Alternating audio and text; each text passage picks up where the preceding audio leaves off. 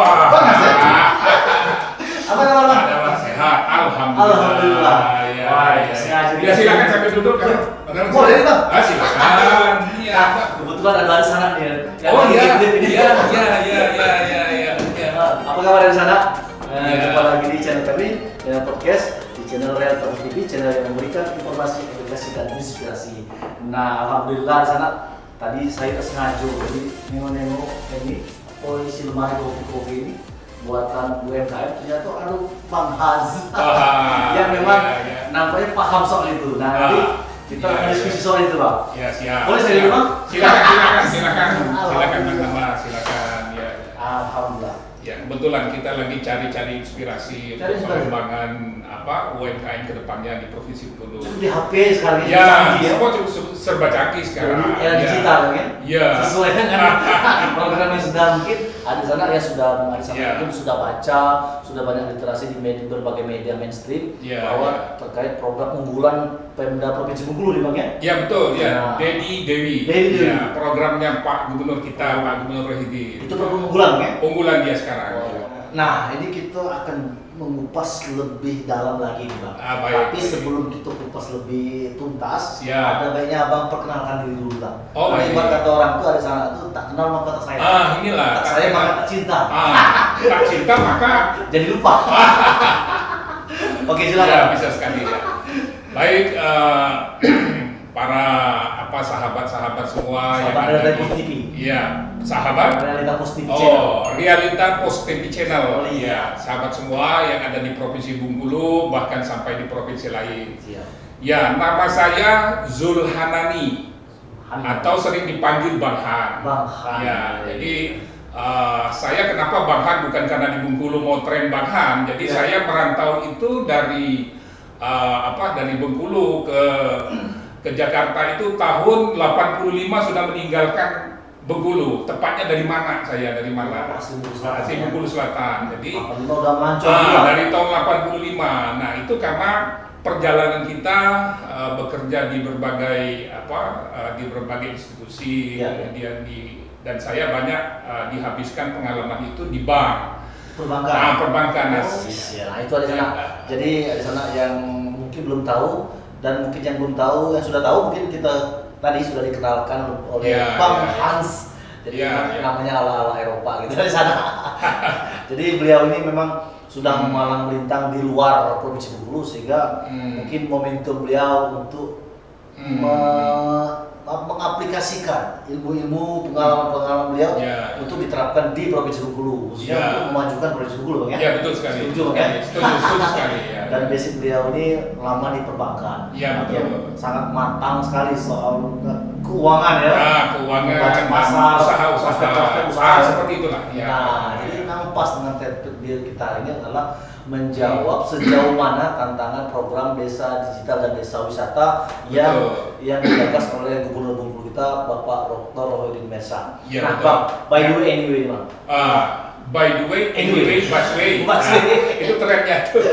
Jadi sejauh ini kan Abang aktif di Hipmikindo ya? Iya, di Hipmikindo. Iya. Lebih ke situ fokus ya? Lebih fokus ke situ. Nah, sejauh mana nih Bang?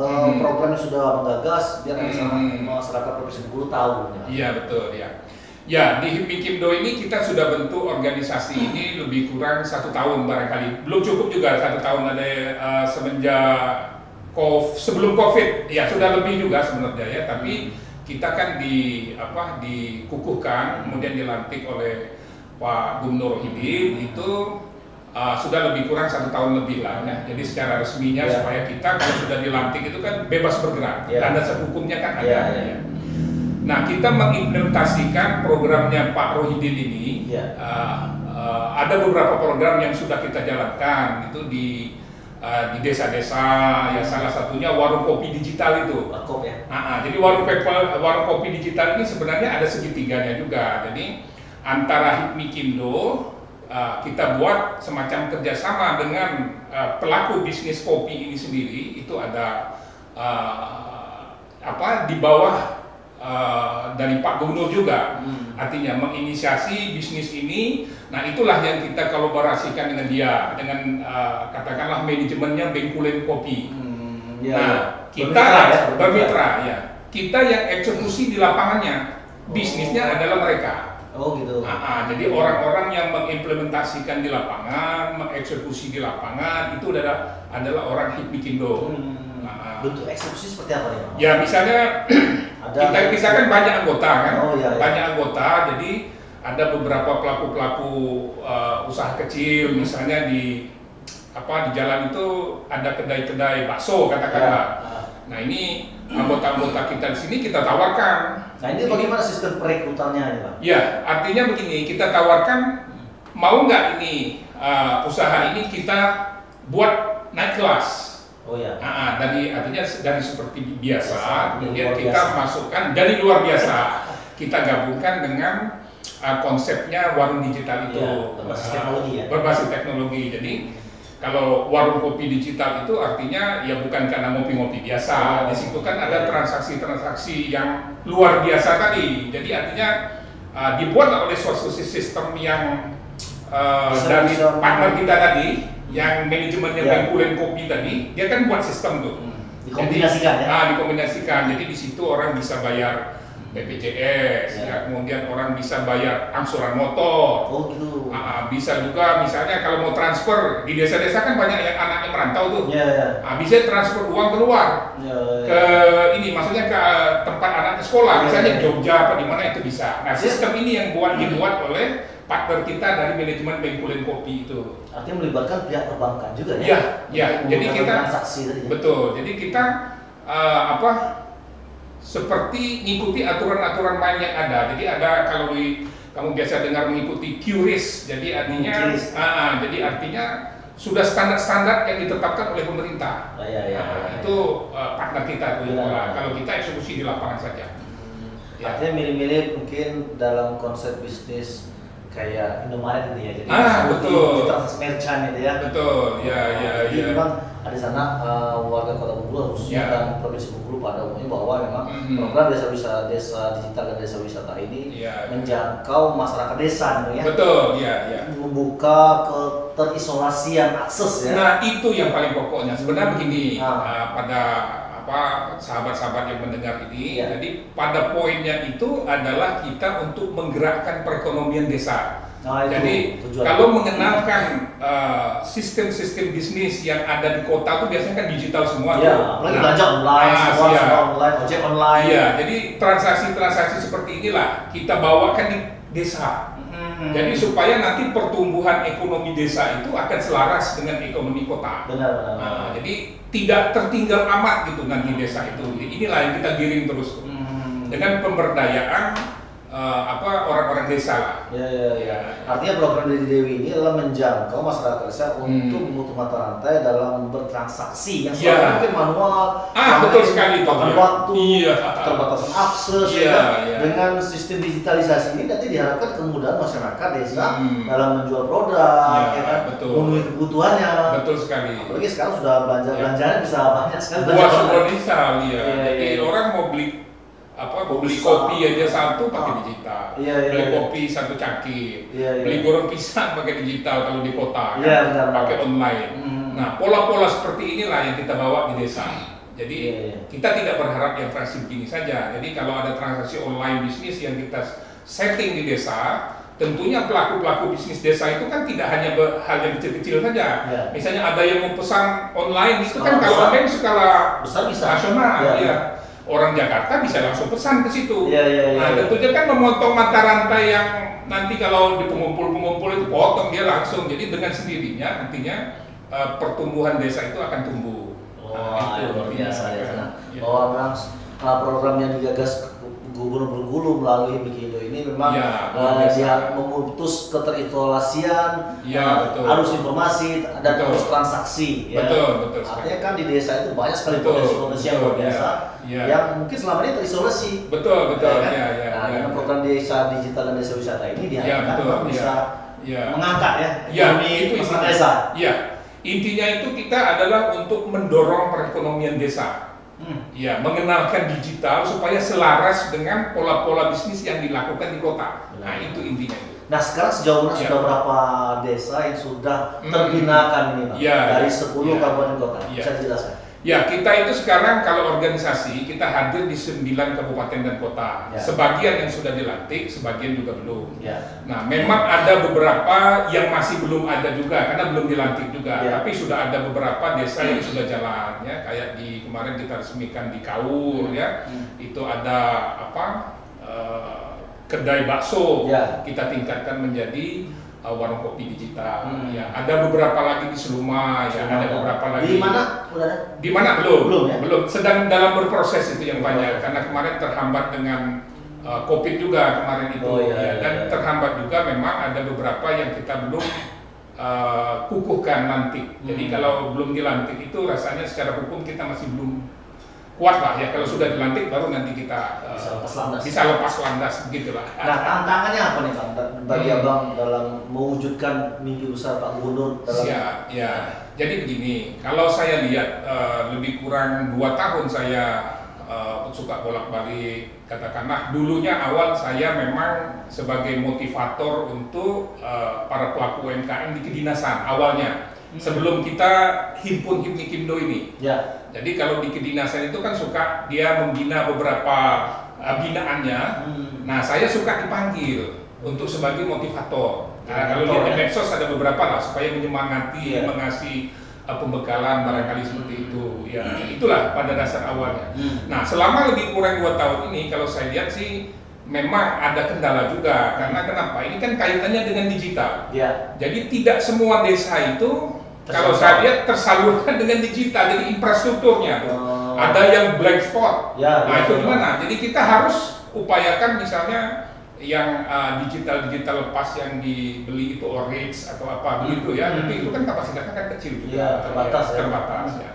Jadi kita sekarang lagi coba mencari kerjasama terobosan dengan pihak operator seluler. Nah, itu kemarin saya ada ikut webinar. Nah, itu ada di daerah Jogja, katanya dia ada pernah kerjasama dengan operator seluler, jadi satu kampung itu dapat, tapi saya belum survei ke sana. Ya rencana mungkin ya nanti juga akan survei seperti apa. Jadi supaya desa itu, satu desa itu kalau bisa tuh terekses oleh sinyal-sinyal digital itu, supaya kita juga bisa jelaskan. Kalau menjelaskan digital, kalau sinyalnya nggak ada, apa yang harus kita lakukan kan begitu. Secanggih apapun kalau tidak ada jaringannya, betul. sia-sia juga ya. Jadi infrastruktur. Benar-benar. Jadi infrastruktur itu yang perlu ada kendala sedikit lah. Itu kita mungkin mencari solusinya. Ya, saya lihat sih dari pihak provinsi sendiri sudah mulai mengajukan untuk titik-titik yang blank spot itu. Kalau nggak salah itu ada 100 lebih titik blank spot di provinsi ini. Iya, dapat info saya ada 100 lebih. Tersebar di seluruh provinsi. Ada 100-an berapa titik. Iya, zona blank spot itu ya. Iya, jadi kan ya kita harus berupaya tuh di desa itu kalau pas dapat kena zona blank spotnya itu. Telepon aja nggak masuk, apa yang mau dituntun kan mereka itu kan? Nah itulah yang kendala kalau saya lihat. Untuk di Enggano sendiri kemana? Nah saya belum sampai ke sana, tapi saya pikir juga dapat informasi mungkin juga sama sepertinya ya. Karena di situ kalau saya lihat potensi sumber daya alamnya sangat besar ya, penghasil pisang ya, saya udah lihat ya. Prospek sekali itu Bang. Betul. Cuma memang akses tadi ya, akses dan akses transportasi begitu ya. Ini sudah dijajaki belum? Nanti ada. Kalau ke Enggano kita belum sampai ke sana memang ya, tapi sebagai kita warga seprovinsi Bengkulu tentu kedepannya kita harus rencanakan di situ nanti. Karena kalau ada 4.000 kakak. Iya, lumayan banyak itu ya. Iya. Nanti bisa memajukan ekonomi sana. Iya, itu ya pada dasarnya. Kita itu kan cuman kalau kita beberapa kali temu bicara lah, kalau bahasanya itu ke masyarakat desa, kita tuntun. Jadi artinya walaupun itu produk-produk rumahan, jadi saya selalu tuntun mereka. Cobalah berusaha, artinya kan kalau lihat di belakang nih ada pohon pisang cukup banyak dan berbuah, kadang-kadang kan habis saja. Nah, dibuatlah keripik, semacam keripik apa gitu ya, makan olahan, nanti titiplah di gerai-gerai kan gitu. Gerai online juga bisa ya? Bisa, ya. Terus kemasannya nanti ya kita bisa tuntut cara buat packing yang bagus. Gitu. Jadi lama-kelamaan itu kan artinya begini, itu kan kalau di istilah orang pertanian itu ketahanan pangan. Jadi masyarakat setempat itu diupayakan untuk menanam katakanlah atau memperdayakan supaya ada nilai bisnisnya lah. Itu maksudnya. Jadi kalau tadi ada pisang atau disuruh tanam apa gitu supaya ya minimal kan bisa ngambil dari situ. Jadi ekonominya mereka yang tadinya kos buat beli apa kan sudah ada di situ. Itu ketahanan panganan kan di situ sebenarnya. Nah, bicara target abang di program desa wisatanya apa sebenarnya? Sampai nanti mungkin sampai periode yang sudah ditentukan. Ya, jadi kalau masalah target ya, tentunya saya ini senang sebenarnya ngobrol, mengedukasi orang. Saya berharap banyak supaya artinya para pelaku-pelaku usaha, walaupun nanti ada yang belum berniat usaha, juga berbuat usaha, kan begitu. Jadi supaya usaha-usaha kecil mikro ini di Provinsi Bengkulu ini tumbuh. Menggeliat. Iya, menggeliat. Karena kenapa? Kalau ekonomi yang merata bagus, kita lihat ekonomi China. Nah, ekonomi China itu kan kuat.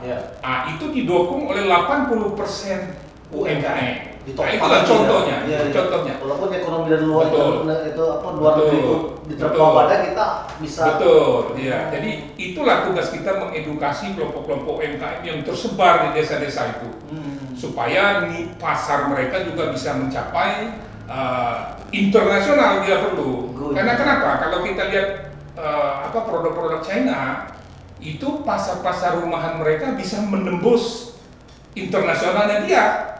Iya, jadi kalau kita pesan beberapa produk-produk Cina itu terkadang tuh produk rumahan di sana itu. Benar. Iya, jadi artinya begitulah. Jadi saking ekonominya tuh kuat. Jadi bisnis home industry bisa go internasional. Bisa, karena online itu tadi. Iya, karena digital itu tadi. Nah itu kita berharap banyak kalau semua tahap perekonomian kita sudah maju, kemudian orang-orang sudah mengerti sekali tentang digital, orang-orang desa, dengan sendirinya cepat tumbuh, pasti itu. Nah, kalau kamu petakan sendiri, sudah berapa persentase masyarakat yang sudah mempunyai UMKM? Kalau dipresentasikan secara hitungan atau prediksi apa? Ya, kalau data yang di organisasi kita itu kalau kemarin itu pas 1 tahun yang lalu itu kan UMKM di Indonesia ini ada lebih kurang 6.300.000-an kelompok, bukan kelompok, UMKM. Oh, pelaku ya. Tapi itu hampir 50%-nya itu guru TK. Nah, kalau dikelompokkan lagi masalah digital, tidak ada sekitar 10%-nya itu menggunakan digital. Nah, itu tantangan besar. Mudah sekali ya. Iya, ini kita bahas nasional. Iya benar. Nasional, bukan Bengkulu ya, bukan Bengkulu. Mungkin datanya kita masih belum. Artinya mungkin bayar secara nasional aja seperti itu, apalagi era kita. Betul. Hanya 8%-an berapa itu dari data yang dihimpun oleh Bikindo. Ya saya lihat. Jadi hanya 8%-an dari sejumlah banyak itu yang transaksi menggunakan digital. Nah, jadi itulah kita itu mendigitalisasikan UMKM itu. Itu tugas kita itu supaya cepat bertumbuh tadi lah. Ekonomi tumbuh, terus pelaku UMKM itu dengan sendirinya bisa berkembang lah, begitu intinya. Artinya kan mungkin ketakutan masyarakat dalam bertransaksi secara online kan masih dihadapi aku nanti kena tipu tapi kan memang di sana tidak perlu khawatir karena banyak marketplace yang sudah terjamin lah ya. Terjamin. Shopee, kayak Tokopedia, dia kan itu juga cukup mudah untuk bertransaksi, buat akun segala macam ya. Betul. Nah ini bagaimana abang mensosialisasikan? Ya begini, kalau sebenarnya kita paham dulu. Kemarin saya katakanlah berinteraksi sedikit di Kabupaten Suma, dan beberapa kita kumpuli. Jadi saya mesti kenalkan mereka sistem pasarnya yang kemarin saya cukup concern lah. Katakanlah kita kalau mau buat produk ini nanti kita mau pasarkan gimana? Nah, contoh keripik pisang. Keripik pisang. Kita mau coba misalnya kita ini mau kemana? Kalau misalnya mau sederhana saja kita bisa titip lah. Tadi yang seperti kamu bilang marketplace, manual kan? Jadi kan apakah sudah mau masuk ke market space? Space itu kan ruang. Nah, kalau ruang itu bisa titip di kayak tadi di Shopee. Kalau place itu kan tempat orang hanya berinteraksi di pasar kan gitu. orang di pasar, kemudian bisa digerai langsung transaksi fisik to fisik. Kayak di titik ke Indomaret. Seperti itu ya. ya. Kalau udah mau masuk ke space, ke ruang, nah itu orang bisa berinteraksi tanpa fisik. Benar. Ya, itu intinya. Aja, ya? Nah, tergantung kita mau makannya kemana nih. Nah, kalau mau lebih besar cepat, ya tentunya masuk ke ruang tadi. Karena juga bisa seluruh Indonesia akses ya. Siap, betul. Nah, tapi memang kalau untuk masuk ke sana harus disiapkan juga. Betul. Dari sisi desainnya, packagingnya, kan itu yang kita harus perlu. menarik ya. Karena itu yang kita perlu edukasi yeah. itu, karena kadang-kadang kan dibungkus saja, pakai lampu apa sudah. Nah, itu sangat kurang menjanjikan ya. Terus tidak ditulis mereknya, produksinya, merek, namanya, labeling ya. Nanti produksinya tanggal kapan, tanggal expirednya kapan, itu perlu semua. Atau alamat produksi, sejelas-jelasnya itu. Jadi orang akan tahu nanti kan begitu. Nah ini mudah-mudahan ada sana yang menyaksikan ini, tayangan ini bisa menginspirasi bahwa program yang sudah digagas Mikindo dengan program unggulan Pak Gubernur Dewi dan Desa Wisata ini yang bisa membuka ruang, membuka akses yang selama ini tidak tahu menjadi tahu. Bagaimana cara menjual, bertransaksi, kan? Kemudian konsep warkop digital juga tidak hanya sekedar ngopi-ngopi doang, tapi bisa memberikan banyak kemudahan bertransaksi, isi pulsa, isi token, bisa menggali informasi dari antar desa, misalnya di situ lagi panen apa, kita belum butuh apa, kan? Bisa tersimpan di situ. Terima kasih Pak atas waktunya. Semoga sukses selalu di Mikindo dan semoga bisa menginspirasi banyak para pelaku ekonomi Indonesia dulu, Bang. Jadi demikianlah obrolan di sini, dan bagi Anda yang merasa obrolan ini bermanfaat, jangan lupa di like, comment, and subscribe ya. Saya Ari, saya Damar, dan Bang Hans. Zulhanani namanya. Undur diri. Wassalamualaikum warahmatullahi wabarakatuh. Realita Positif Channel berbisnis.